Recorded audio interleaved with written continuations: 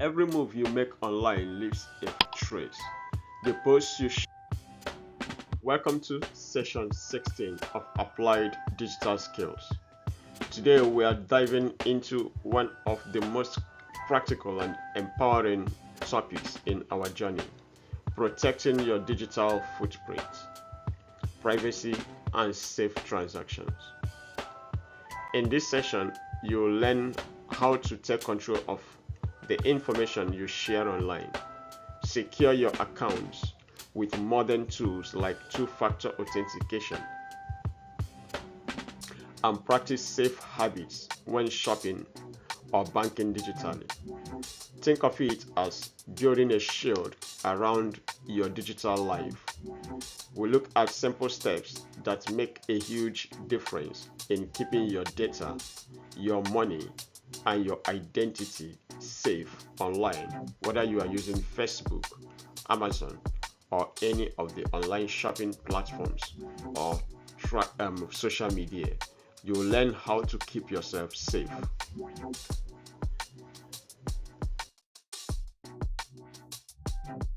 So, in this session, we are going to focus on three powerful skills that will make your digital life safer. First, you learn how to manage your digital footprint. That is, you look at what you share online and how to keep it private.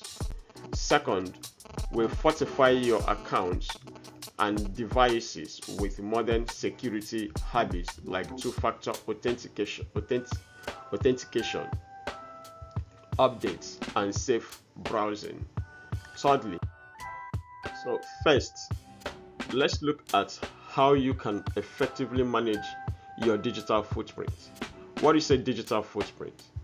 This refers to traces you leave online while browsing the internet. Every time you post, comment, or even just browse, you leave behind a digital footprint. Some of it is active, like the photos you upload or the emails you send. Some of it is passive, like cookies tracking your searches. Okay, to begin with, the first thing we are going to do is I'm going to tell you to type in your name on Google. Just type in your name. Let's say your name. My name is Kelechi Agomo. Just type in your name, Jude, or Benjamin, or whatever. Now, this name, check it on Google and see what it shows, what it represents, what it displays. These are the things that people are going to see about you. Now, when I type this name, you see there are so many different Kelechi Agomo on the internet. Even I can't even find my own that they say. Now, when you open it, look at it. What are people looking at concerning you? What is your profile? You now ask yourself the question: is this actually the profile I want to see concerning myself? Now I'm going to use Kmacims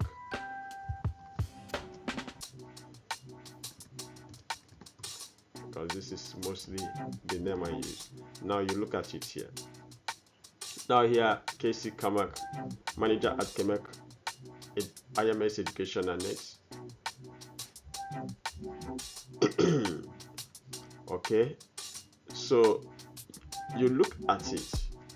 Is the information people are seeing, is it exactly what you want them to see?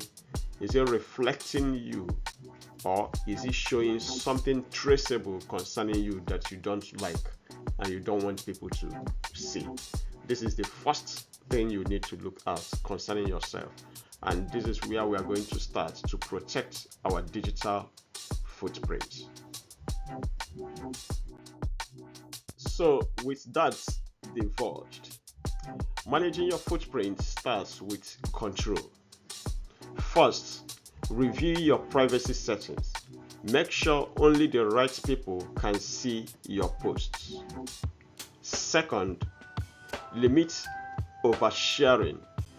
Hackers love information like birthdays, addresses, and travel plans, because they can use them for scams. Now, because Facebook is one of the largest social media platform that people, virtually everybody is on Facebook, which you can visit through your phone or your laptop or tablet. Now, when you log into your Facebook account, you have the right to protect your privacy.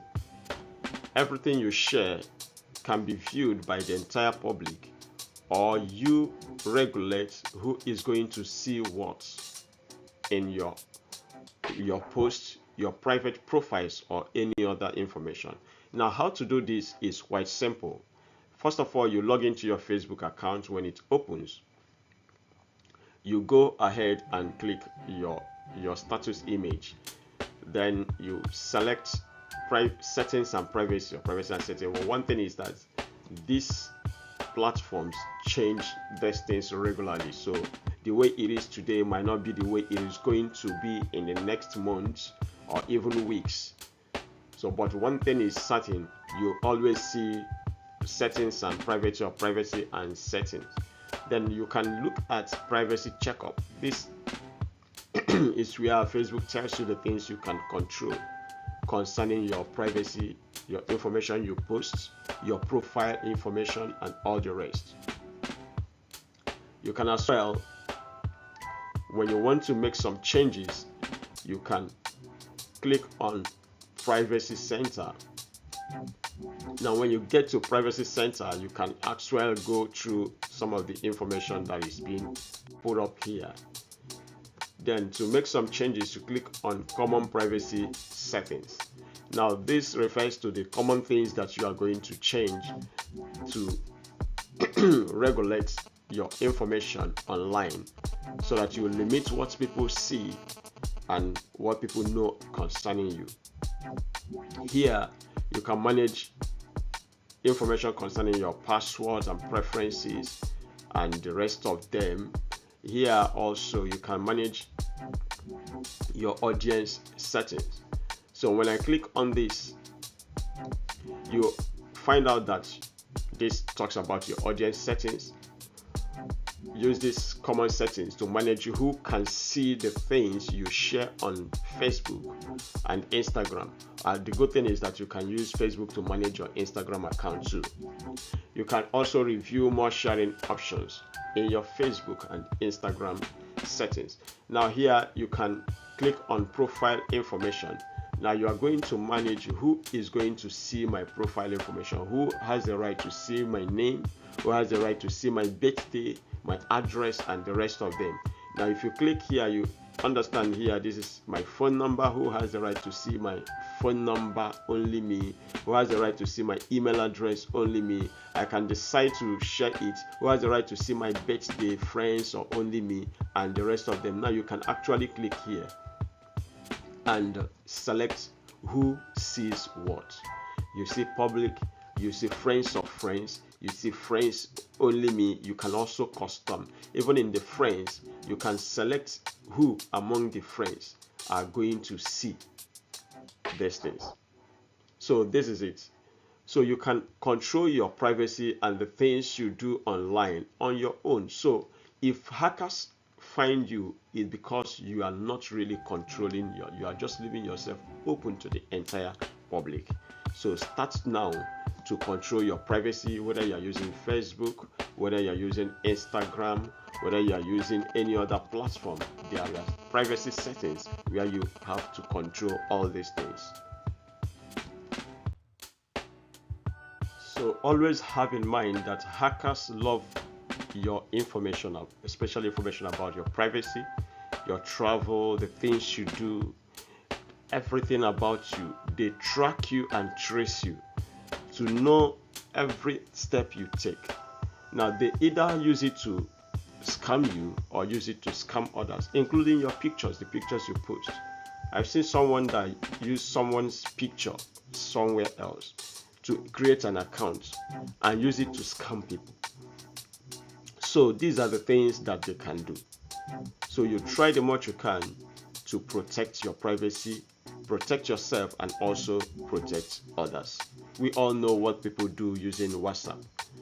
They can use your information to scam others, not really you. So protecting yourself is not only you protecting yourself, it's also you protecting your community and your loved ones. Okay, it's not all footprints that are visible. Many are passive. They are collected silently in the background. To reduce this, clear your cookies and browsing history regularly. Use private browsing modes when you don't want your activity tracked. We'll look at this later on. And consider privacy tools like VPNs or tracker blocking extensions. These steps shrink your footprint and make it harder for companies or hackers to follow you online. So, managing your digital footprint is all about awareness and control. Know what you are sharing, decide who says it, and reduce what's collected silently. These small steps add up to a safer, more private digital life.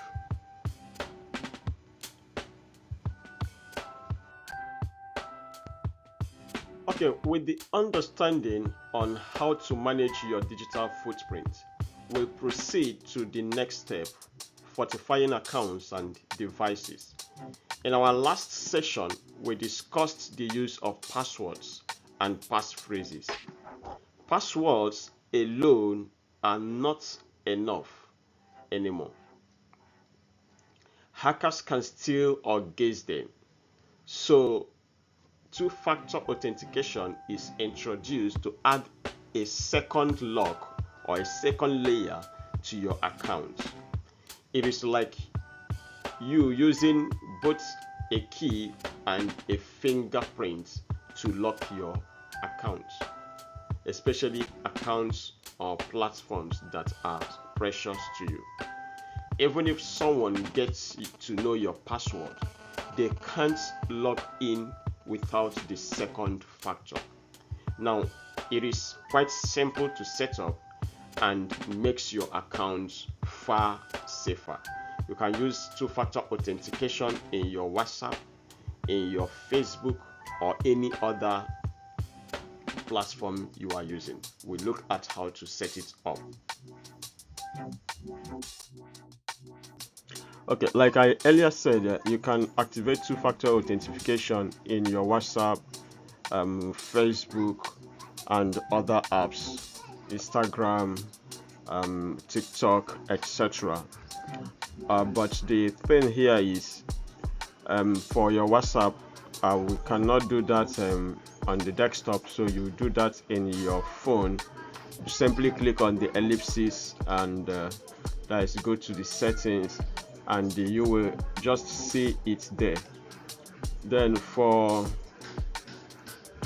you just click on settings, then go to your account, then you will see two-step verification, then you enter your 6-digit pin when you click turn on and follow the steps. Then for Facebook here, like I earlier showed you, you go to your image, then settings and privacy, then go to privacy center. Okay, when it opens, you go to common privacy settings, then you look out there for manage account in the center. So you now see two-factor authentication. So when you click on it, it's going to request there are some steps you follow. So the two-factor authentication I'm creating is for my Facebook, not for Instagram. So I select Facebook account, and then they are using my email. Then you recognize your email that is being displayed, which is the email I used to create the account. Then a code has been sent to my mail where I will get the pin to activate it. So I will go to my mail account, and you also look, and you know that I think it's about 10 seconds, is it 5 or 10 seconds that is given. So what I'm going to do is to first of all open up my email so that I can receive it immediately. Okay, now this one has expired already. This code has expired already. So I'm going to again get new code. Now that's 10 seconds. Within 10 seconds the mail is supposed to enter.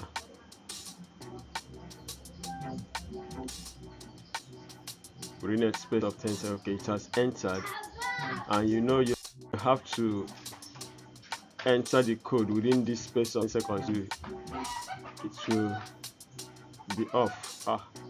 The thing is still off already.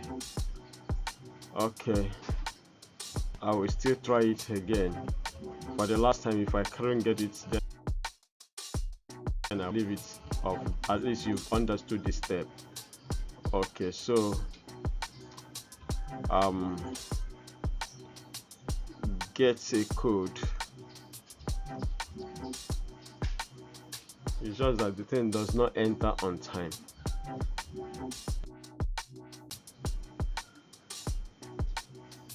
So before the thing comes in, and for me to open it, the time has already gone. So that's it. Then you click on continue, but I need to get this thing done. Let's try one more time. Did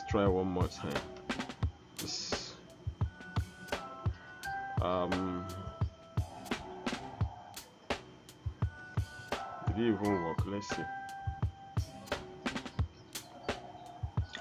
Okay, so that's it. Now you are going to choose whether you are going to use an authentication app, or use SMS, or use security keys.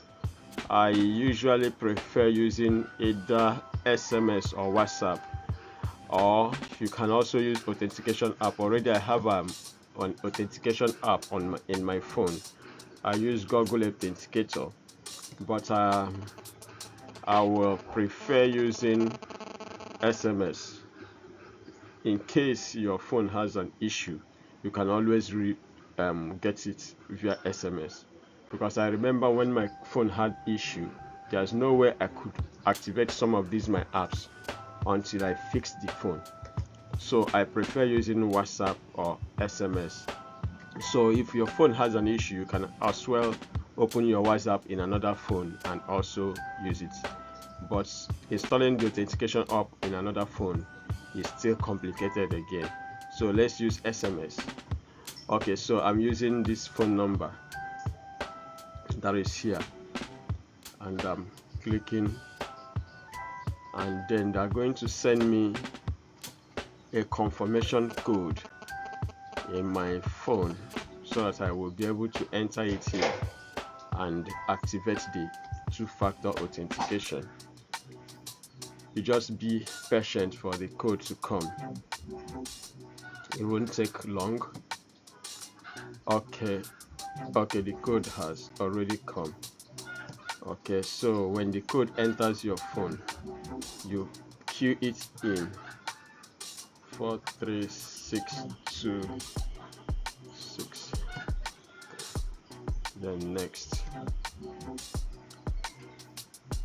Now after you have activated this,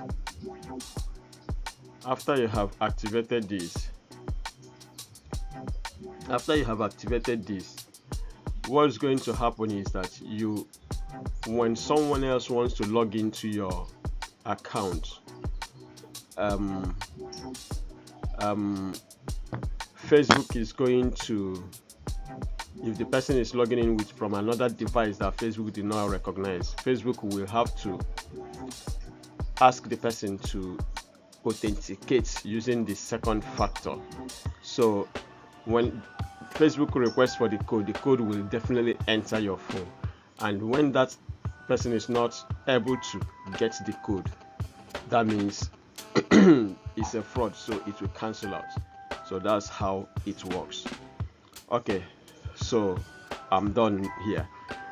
I'll have to enter my password so that it will verify in case I'm not the right person for this. So you have to enter your password.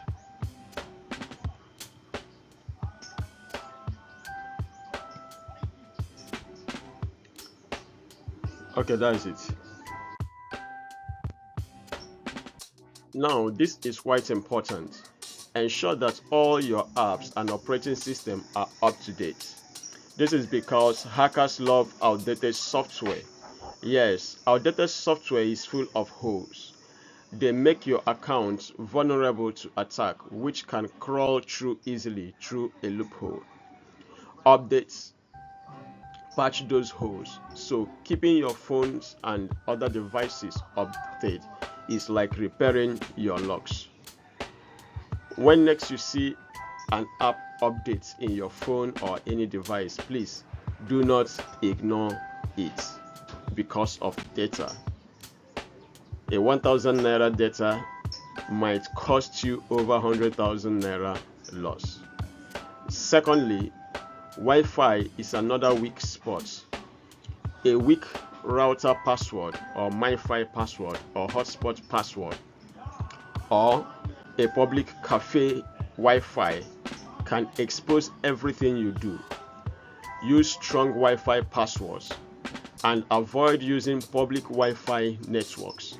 But if you must use a public Wi-Fi network, protect yourself using a VPN or avoid browsing sensitive sites in public cafes, like maybe public hotel, free hotel Wi-Fi or parks Wi-Fi. Avoid using browsing sensitive sites which they can use to steal your information.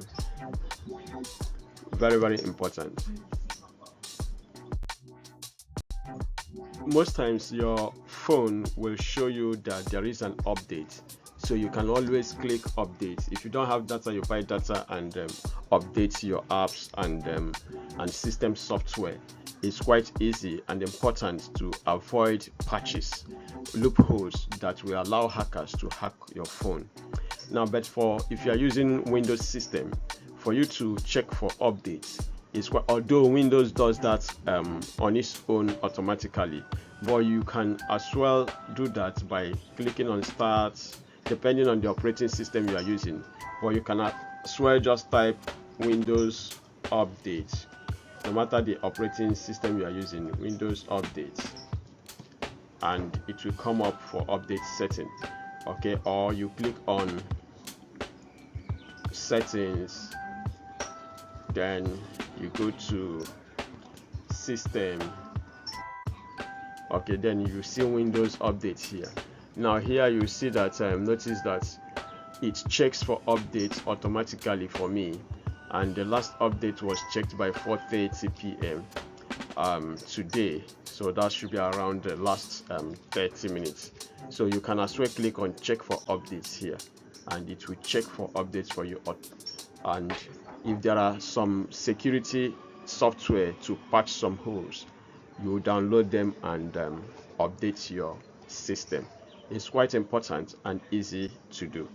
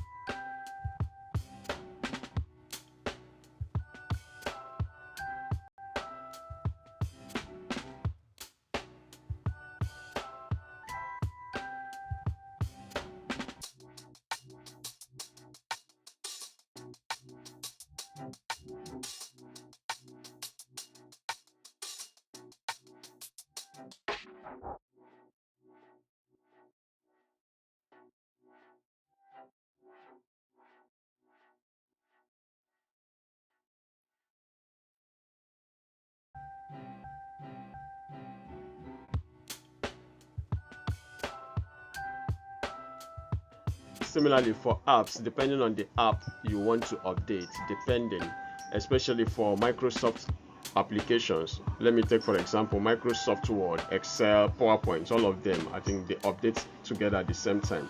You can click on File, open the Microsoft application, click on File, then go to More, depending if you see more in your own, but just look for Account from the File menu.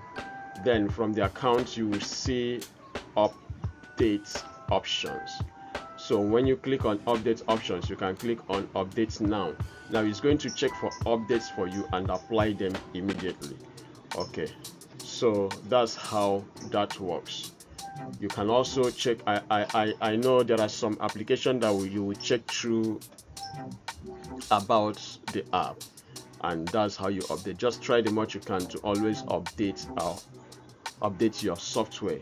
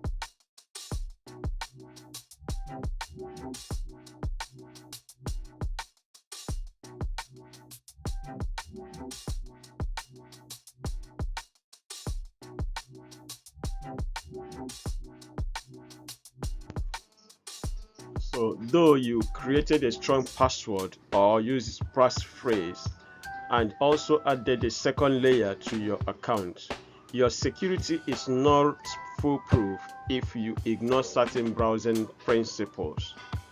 Safe browsing is about you slowing down before you click.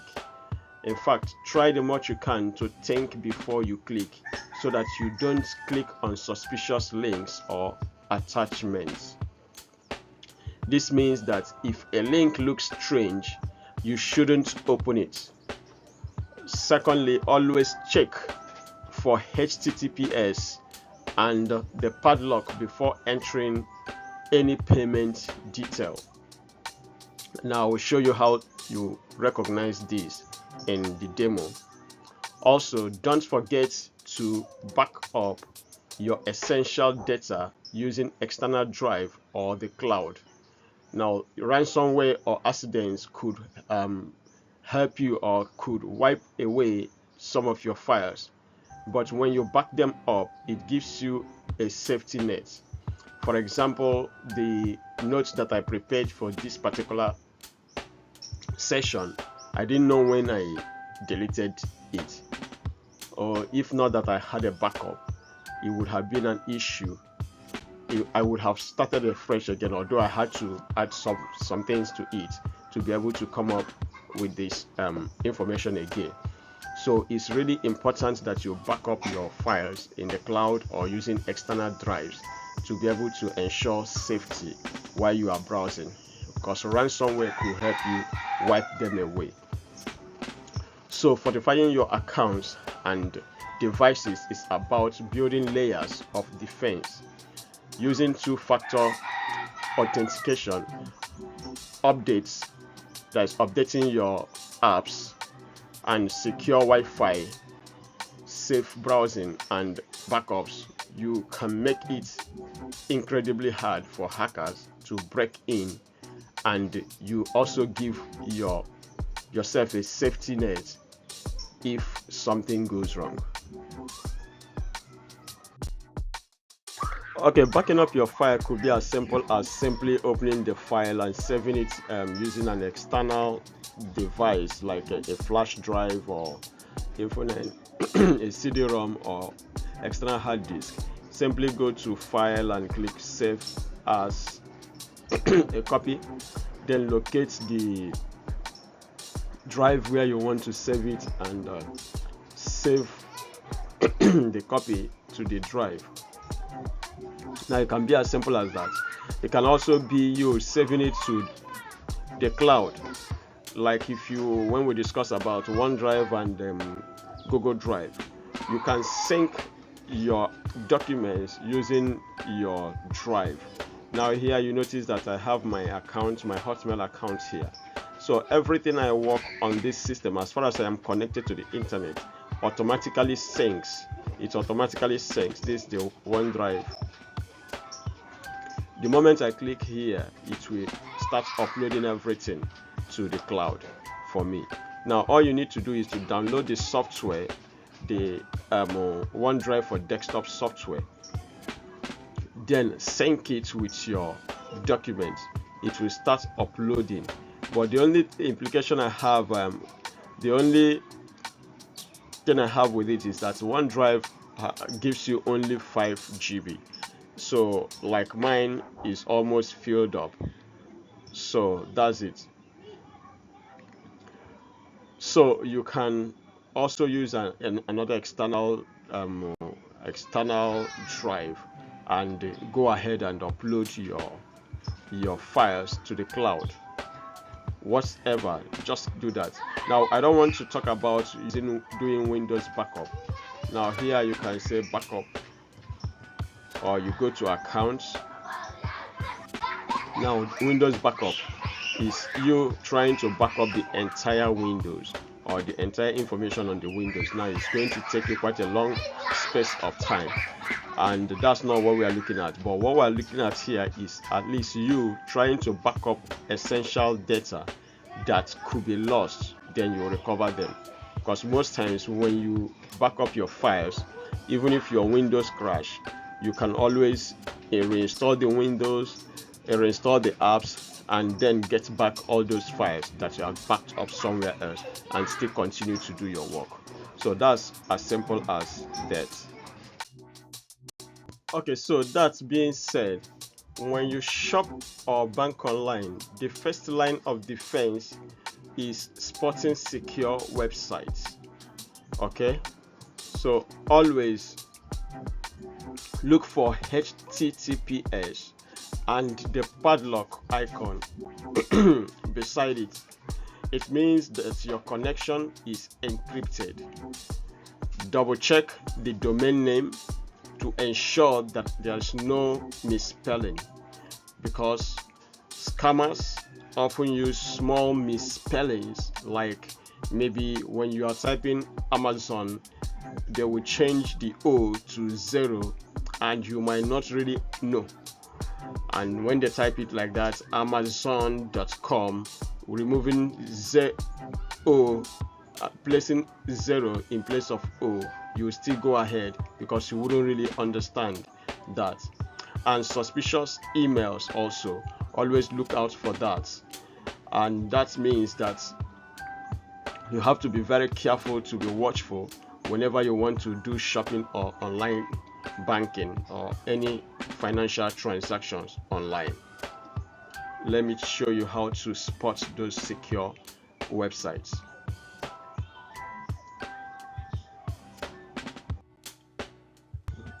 Okay, to spot a secure website, especially when you are performing financial transactions, you have to look out for HTTPS.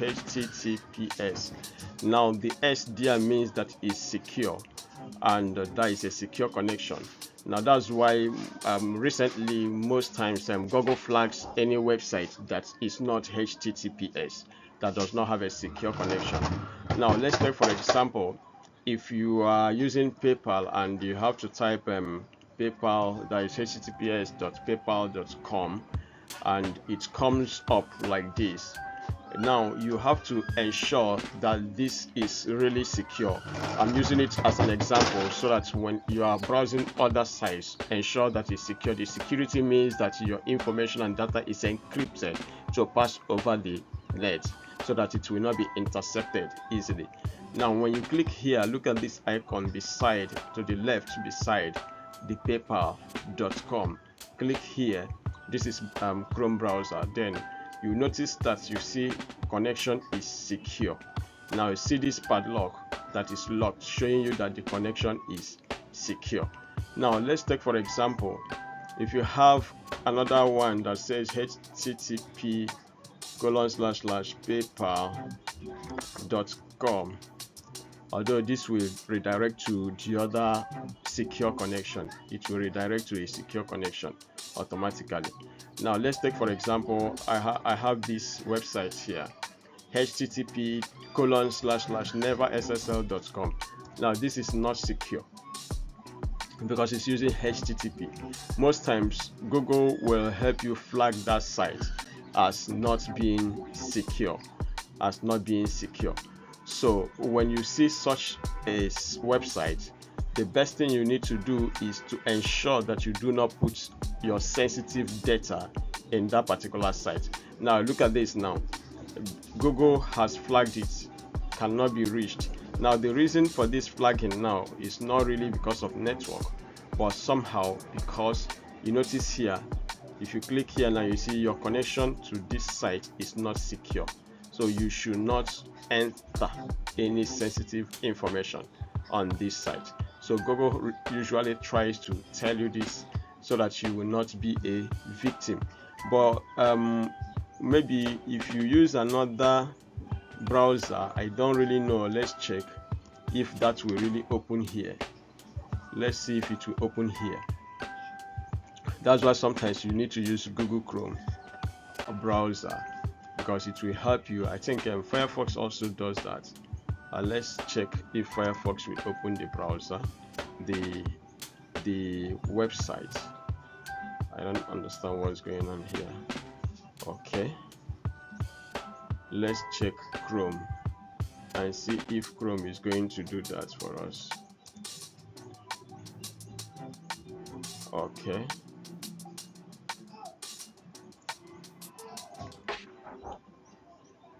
okay,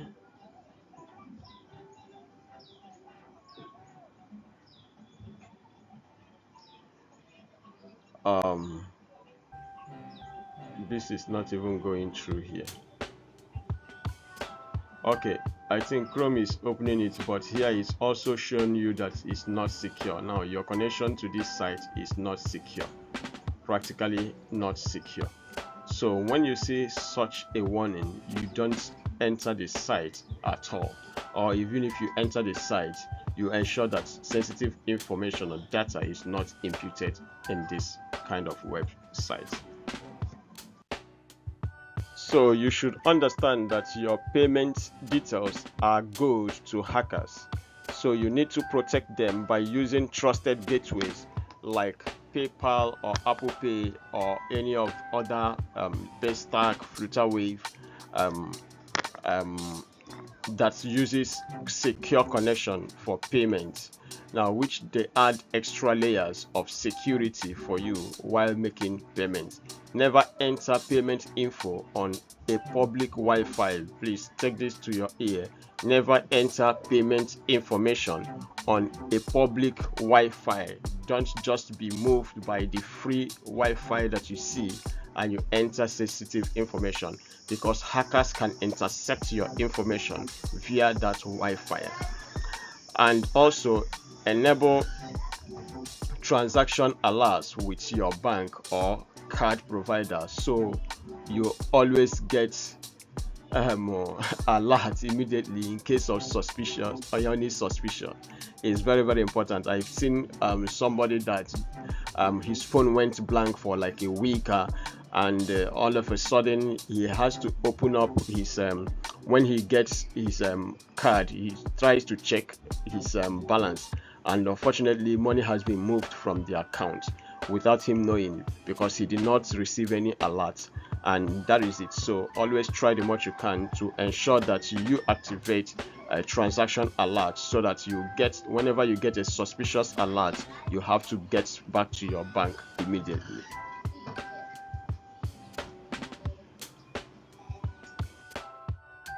With all this said, always remember that scammers often lure victims with deals that look too good to be true.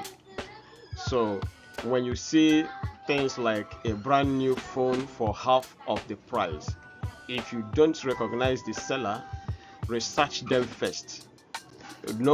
because anything can happen at any time. And always check reviews and ratings. Verified feedback helps you to separate legitimate businesses from fraudulent ones. If there are no reviews on that, no real person reviewing that particular maybe particular device that you want to buy, then have to run away very fast. So safe transactions online are about vigilance. Spot secure websites, protect your payment details, and recognize scams before they trap you. So with these habits, you can shop and bank online with confidence. Okay, with all the above explained and illustrated, there are tools that can help you protect your privacy while browsing online, whether with your private network or with a public network. One of them is VPN, virtual private network. A VPN is like a secure tunnel for your internet traffic. It encrypts everything you send and receive, so hackers on public Wi-Fi cannot see them. It also hides your location, making it harder for websites to track you. So if you are traveling or using a public Wi-Fi or hotspot, a VPN is one of the best shields you can always use. I'm going to illustrate how you can use a VPN in Edge or using Google Chrome.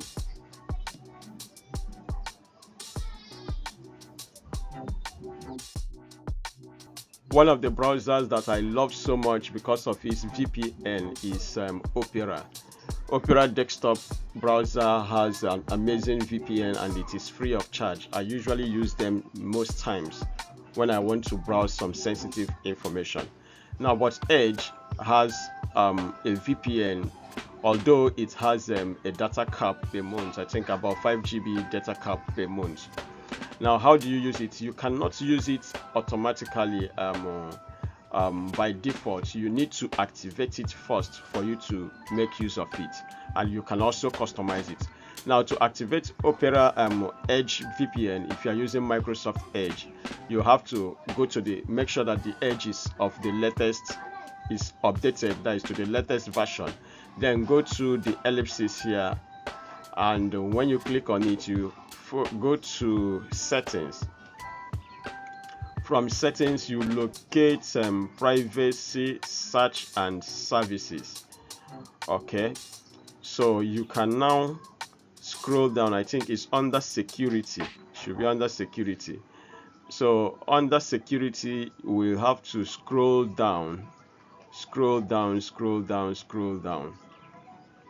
Okay, now here you see use Microsoft Edge secure network.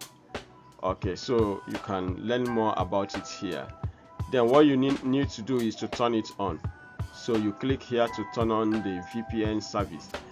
Okay, so you now scroll down. So notice it has 3 options here. Select size. Now you can decide to select this one, but you are going to customize the sites you want to use VPN and the sites you don't want to use VPN. You are going to do that by yourself. So whenever you log into a site that you want to use VPN, it will automatically use VPN for it. Also, the second aspect is the optimized recommended. Now this one will automatically switch to VPN when you are using public Wi-Fi, which is public Wi-Fi or unsecure networks, or visiting a site without a valid certificate. So Edge will automatically switch to VPN for you. Now this helps conserve your VPN data by routing, streaming, and video content outside secure network. So you notice that. So but if you use all sites for VPN, it means that your monthly cap will be easily used up. So I think you can take this recommended one, and that settles it. Now also, if you are using Chrome, unfortunately Chrome does not use VPN. So if you want to use VPN in Chrome, then you have to install an extension, a VPN extension. So what you need to do is to go to Chrome store. So let's check. You click on the ellipsis, visit extensions, go to visit Chrome store, and then you now click let's search for VPN. There's so we have some VPN, urban VPN proxy, setup VPN, free VPN proxy. Let's check Proton VPN. Let's see Proton VPN, Proton VPN. So we can actually use Proton VPN. Okay, so when you click on it, you have to add it to Chrome so that you can use it and work effectively.